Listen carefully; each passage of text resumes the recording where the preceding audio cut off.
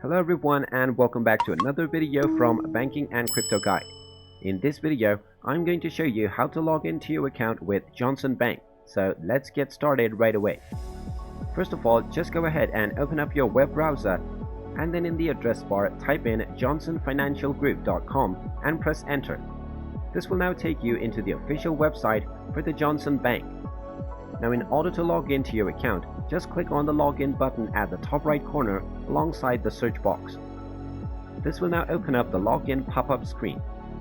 Now just select your account type from the drop-down menu and then just go ahead and type in your credentials. Type in your user ID followed by your password and then you can click on the login button and this will log you into your account with Johnson Bank.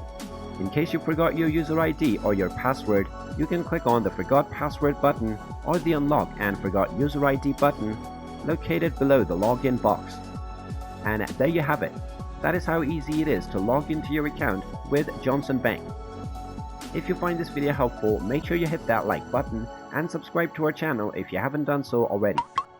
Also, don't forget to ring that notification bell and you will never miss another update from us. Thank you for watching and I will see you again in the next video.